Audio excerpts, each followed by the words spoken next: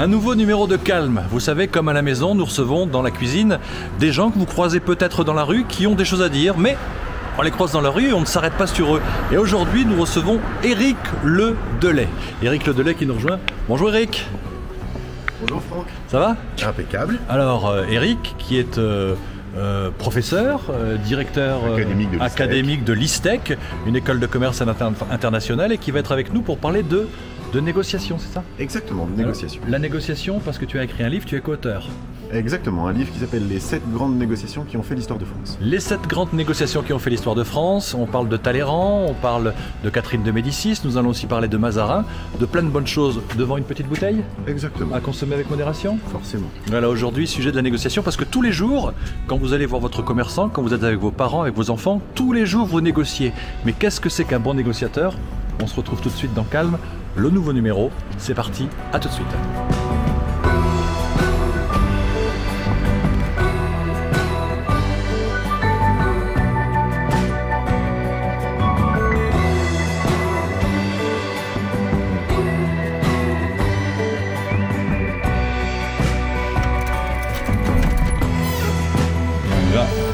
Comme à la maison. Pour ce nouveau numéro de Calme, donc, nous avons le directeur académique et auteur Éric Le Delay. Alors Éric, tu as écrit un livre sur l'histoire de la négociation, c'est bien ça? Exactement. Avec comme co-auteur Jean-Édouard Grisi qui lui aussi fait de la négociation. Voilà, donc ce livre-là. Voilà, cette négociation qui ont fait l'histoire de France. On est en 2022, l'histoire remonte à... Est-ce qu'on peut encore parler de négociation de nos jours? C'est toujours extrêmement important. La négociation, c'est une discipline éminemment humaine. Et ce qu'on constate, c'est que, quelle que soit l'époque, les techniques de négociation employées sont toujours les mêmes. C'est une partie d'échecs, par exemple? On peut comparer ça à ce jeu? Sauf que dans une partie d'échecs, il y a un gagnant et un perdant. Alors dans la négociation, on essaye de faire en sorte qu'il y ait deux gagnants. Alors on va évoquer bien sûr la négociation, ces négociations qui ont fait l'histoire de France. Je rappelle que tu es directeur académique de l'ISTEC, une école de commerce internationale. Tu es aussi auteur de ce livre, des conférences, plein de choses à faire en France et à l'étranger. Toute négociation se passe normalement dans un endroit qu'on a choisi, où on se sent bien. Est-ce que ça t'intéresse un petit verre pour justement bien négocier et pour parler? Mais avec plaisir. C'est l'art de négocier à la française. L'art de négocier à la française. Justement, la négociation, quelle définition peut-on donner de ce mot? Comment on pourrait le définir? La négociation, c'est l'art de trouver un accord qui satisfasse à la fois mes intérêts et les intérêts de l'autre. Mais il y a une autre question que tu aurais pu me poser qui était qu'est-ce qu'un bon négociateur finalement? Ça, j'allais y venir. Mais d'abord, avant de savoir si on négocie bien, il faut savoir ce que c'est que la négociation, il faut savoir l'expliquer. Effectivement. Voilà. Et tu disais l'art de négocier à la française, pourquoi? Parce qu'on négocie à l'anglaise, on négocie à la russe, on négocie à la japonaise, on négocie à la française? Parce que l'art de la table en France a toujours tenu une grande part et forcément le fait de négocier à la française implique les arts de la table. Avec un verre, à la tienne, voilà. À consommer avec modération pour négocier. Alors, quand on est négociateur ou quand on veut se lancer dans la négociation, c'est aussi bien avec ses parents pour l'argent de poche, pour l'heure de rentrée quand on est en sortie, c'est aussi bien quand on achète une voiture pour avoir des options supplémentaires. Mais toutes les négociations, même politiques, à la Knesset, pour les conflits israélo-palestiniens ou autres, ce sont toujours les mêmes passages obligés, que ce soit pour une voiture avec des options ou pour un conflit. Mais complètement. En fait, la négociation, on constate que quelle que soit la négociation, que ce soit la négociation commerciale, la négociation que tu évoquais avec les parents, la négociation, etc., c'est toujours les mêmes étapes. Ce qui est intéressant de constater d'ailleurs, c'est que la négociation fait partie de notre quotidien. On négocie tout le temps, toujours, avec tout le monde. On négocie avec ses enfants, on négocie avec son employeur, on négocie avec ses collaborateurs, on négocie avec ses parents, on négocie. Et finalement, c'est une discipline éminemment humaine, c'est ce que j'évoquais tout à l'heure. Et effectivement, il y a toujours les mêmes points de passage obligés. D'abord, la négociation, ça se prépare, et puis ensuite... Voilà, il y a plusieurs passages, justement. Alors, quand on est un négociateur comme tu l'es, ou quand on est formateur en négociation pour écrire ce livre, on entend parler de Catherine de Médicis, de Talleyrand, de Louis XI. C'était quelque chose qu'ils avaient en eux, ou c'est quelque chose qu'ils ont appris, qu'ils ont maîtrisé par leur expérience, ou en se renseignant, parce qu'on est bon négociateur naturellement, ou pas? Alors, on ne naît pas bon négociateur naturellement, c'est avant tout du travail.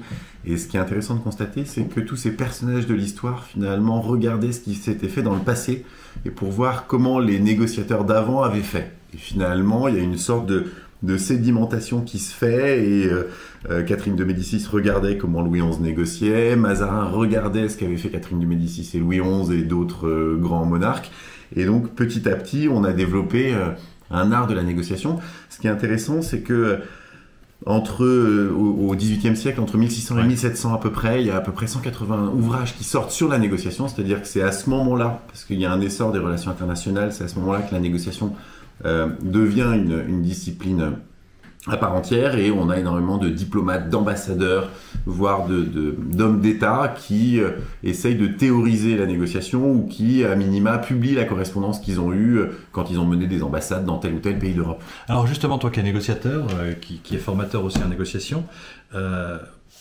pour mettre la main dedans, pour avoir des clés, quels sont les premiers conseils qu'on pourrait donner aux gens qui nous regardent ? Pour apprendre à négocier ? Donc, rapidement, comme ça, le premier conseil. Est-ce qu'il faut être patient ? Est-ce qu'il faut préparer, justement, voilà ? Il faut préparer. La négociation, ça se prépare. Une négociation qui n'est pas préparée, c'est une négociation qu'on va rater. Et c'est une négociation aussi que l'on passe ou que l'on tente d'avoir, mais c'est sur le long terme. C'est pas juste un one-shot. Il faut que ça soit sur la durée. Par exemple, quand on voit les négociations qu'il y a eu à Yalta, les négociations peut-être entre la NUPES, Europe Écologie Les Verts, le Parti Socialiste et le Parti Communiste, il faut que ça soit, quand on négocie, et que ça ait une chance de réussir, sur le long terme, que tout le monde soit gagnant, on est d'accord ? Complètement. En fait, dans la négociation, il y a une dimension qui est sur la relation. Et la relation à l'autre, et la relation, forcément, elle s'inscrit dans le long terme. Alors, quand c'est des négociations diplomatiques, les relations entre les États, elles durent depuis des siècles. Mais il faut partir du principe qu'on ne croisera une personne plus d'une fois dans sa vie. Et donc, forcément, si on se comporte mal dans la première négociation, on finira toujours par la retrouver sur son chemin. Pourtant, Talleyrand, le diable boiteux, il a négocié avec tout le monde, il a retourné sa veste, et lui, tout le monde voulait négocier avec lui. Talleyrand, il est resté fidèle à la France.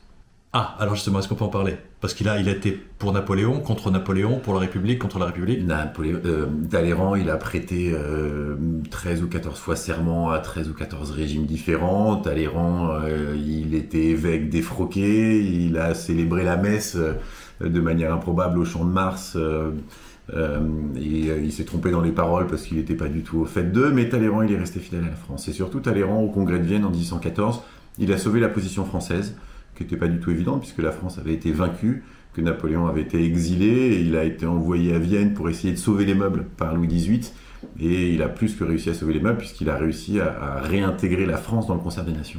Une des premières clés, donc, c'est de bien préparer sa négociation, comme tu viens de le dire, mais est-ce que la patience, la culture, en histoire, en géopolitique, je suppose que ce sont des choses qui importent aussi, c'est pas seulement bien préparer son rendez-vous, sa réunion et son échange. Ah non, complètement. Mais c'est ce que j'évoquais dans la dimension relation à l'autre. C'est que dans la relation à l'autre, il faut comprendre qui est l'autre finalement. Et donc quelle est sa culture, quelle est son histoire. Et puis trouver finalement un terrain d'entente sur lequel on va pouvoir discuter. Ça passe forcément par des points communs sur l'histoire et sur la culture. Avec toute l'histoire de France, avec Jean-Édouard Grézy, Éric, tu as écrit ce livre, donc 7 négociations qui ont fait l'histoire de France. 7, il y a le 1, le 3, le 7, il y a les chiffres d'or, voilà, c'est un chiffre symboliquement important, donc je ne vais pas demander pourquoi 7, mais comment choisir seulement 7 négociations, parce que ça, depuis très longtemps, la France existe, depuis très longtemps il y a une négociation, depuis très longtemps il y a eu des guerres, des armistices, des défaites et des victoires, alors pourquoi ces 7-là ? Ça a été très compliqué, de choisir. On s'est longtemps interrogé. En fait, dans cet ouvrage, on a choisi des négociations qui ont réussi. Ah, j'ai le but. On a choisi des négociations qui se terminent bien. Sachant qu'il y a également autant d'enseignements à tirer de négociations qui se terminent mal. Et on est en train de regarder avec Jean-Édouard pour écrire un tome 2 sur les négociations ratées de l'histoire. Et parmi les négociations ratées de l'histoire, on peut citer le traité de Versailles. Les négociations ratées de l'histoire de France ? Ou de l'histoire de France, ou même de l'histoire en général. D'accord. Mais le traité de Versailles est une négociation ratée, puisqu'on humilie les Allemands de manière absolument... 1918 1918-1919. Ouais. En fait, c'est ce que ça t'intéresse que je raconte l'histoire. Mais, bien sûr. En fait, en 1918, il y a l'armistice qui a lieu signé le 11 novembre, mais l'armistice, c'est juste finalement les armes se taisent, mais c'est un armistice qui est reconductible de 30 jours en 30 jours. Et en fait, au moment où on prépare le traité de paix, le traité de Versailles, qui aura lieu, qui sera signé le 28 juin 1919, dans la galerie des Glaces à Versailles, en réalité, pendant tout le processus, Clémenceau, qui est le négociateur français, Clémenceau n'a qu'une seule idée en tête, c'est d'humilier les Allemands. Et donc, il va ouvrir les négociations de paix le 19 janvier 19. Pourquoi? Parce que c'est un 19 janvier 1870 que Guillaume Ier s'était fait sacré empereur d'Allemagne dans la Galerie des Glaces. Il va transmettre le projet de traité de paix aux Allemands le 5 mai 1919, parce que c'est le 5 mai que les Allemands ont coulé le Lusitania en 1915, et c'est ça qui a conduit en partie les Américains vers la guerre. Donc en fait tout a été symbolique et les Allemands sont pas dupes, étaient pas bêtes, ils ont compris. Exactement, tout a été symbolique. Et puis on arrive au fameux 28 juin 1919, au moment de signer le traité, et qu'est-ce qui se passe ce jour-là? D'abord il y a tous les plénipotentiaires qui arrivent vers 13h, 14h, il fait beau le 28 juin, alors que le mois de juin 19 a une météo exécrable, et ils s'installent tous, ils sont dans la Galerie des Glaces, il y a des centaines de plénipotentiaires, t'imagines bien, il y a des journalistes, et les Allemands sont pas là. Les Allemands, on les a parqués dans un hôtel au fond des jardins de Versailles en attendant que tout le monde soit installé, et donc il y a 500, 600 personnes dans la Galerie des Glaces, tout le monde est installé. Le traité, il y a des cachets de cire qui sont sur le traité, donc il est difficilement transportable, et on a mis sur une petite table au milieu de la Galerie des Glaces, et chacun va devoir se lever pour signer. Et une fois que tout le monde est installé, on va chercher les Allemands, on les fait traverser les jardins et le château de Versailles dans des couloirs déserts. La garde républicaine, qui a présenté les armes et le sabre au clair à toutes les délégations, remet ostensiblement l'épée au fourreau au passage des Allemands, et ils arrivent dans la Galerie des Glaces, il y a un silence de mort qui se fait, on les regarde comme des bêtes curieuses. Clémenceau, il a fait disposer des gueules cassées, des blessés de guerre sur le passage des Allemands. Sur les 5 Allemands qui composent la délégation, il y en a 3 qui sont en larmes parce qu'ils savent ce qu'ils s'apprêtent à signer, et donc ils avancent comme ça au milieu de la Galerie des Glaces, ils sont les premiers à signer le traité, et ils savent ce qu'ils entérinent. Et au bout de 2 heures, quand tout le monde a signé, Clémenceau se lève et dit « Mais messieurs les Alliés peuvent rester ». Ça veut dire que même dans la paix, même une fois le traité signé, les Allemands restent des ennemis, et donc on raccompagne les Allemands à nouveau par les couloirs déserts du château de Versailles, on les fait sortir dans les jardins, on a ouvert les grilles des jardins pour que les Parisiens puissent venir célébrer la paix, et donc les Allemands passent au milieu des Parisiens comme ça dans un silence de mort. Et donc finalement, cette négociation, cette humiliation des Allemands, rien que ce jour-là, porte en germe la Seconde Guerre mondiale. Oui, parce que Hitler était caporal-chef pendant la Première Guerre mondiale, et quand on parle de long terme, là, ça aura seulement tenu 20 ans, puisqu'en 39, en 32, 33, Hitler a pris le pouvoir, il a été élu chancelier, et en 39, Seconde Guerre mondiale, et c'est à cause, t'as mes grands mots, à cause de cette négociation, à cause de Clémenceau, à cause de cette humiliation? Il n'y a pas que ça, il y a plein d'autres raisons. Les Anglais notamment...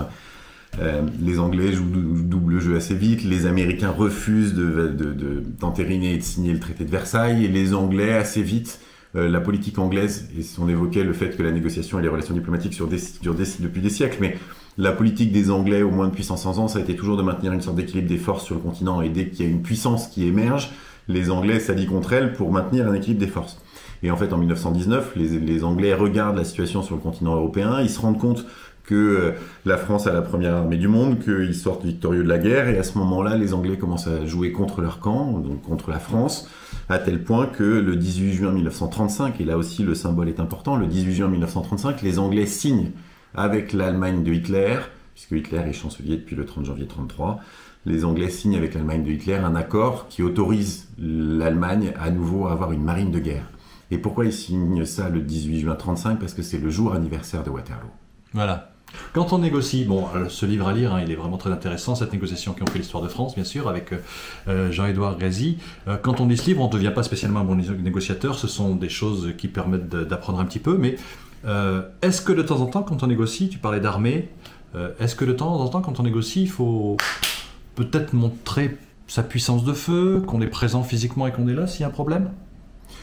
En fait, c'est pas tant ça. Alors, 2 choses. Ce qu'on a essayé de faire dans le livre avec Jean-Édouard, c'est d'abord de raconter des histoires. Ouais. Et elles sont écrites à la première personne pour permettre de s'identifier aux personnages. Et puis, on n'oublie pas qu'on est des enseignants, et qu'on est des formateurs, et qu'on est des professeurs.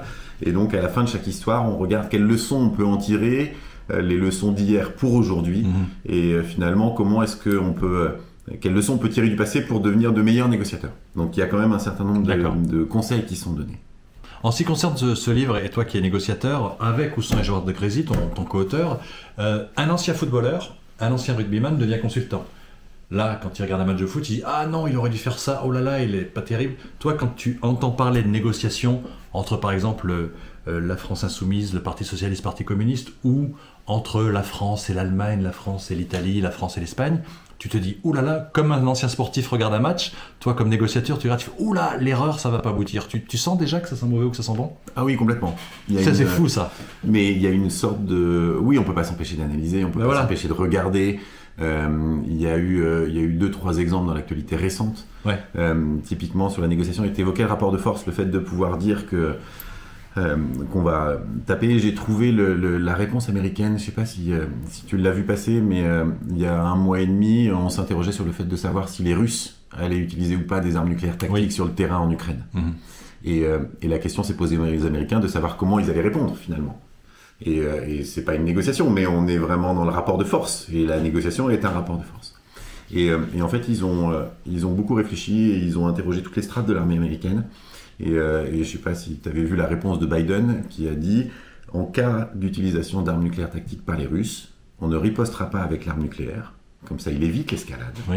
Et en même temps, il a dit « On va utiliser les armes conventionnelles et on vous rase. » C'est-à-dire que, quelque part, il montre quand même les muscles. Il dit on ne tombe pas dans l'escalade. Il envoie un message à tous les autres. Oui, je ne vais pas utiliser de machette ou de baïonnette, mais je te donnerai un bon coup de poing. Exactement.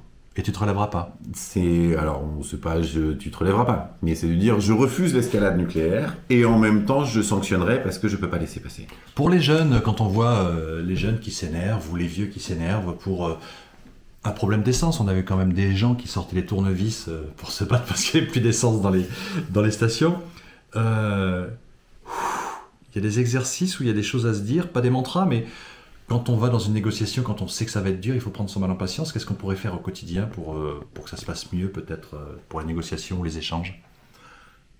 La négociation, comme le management, c'est l'art de tenir ses nerfs.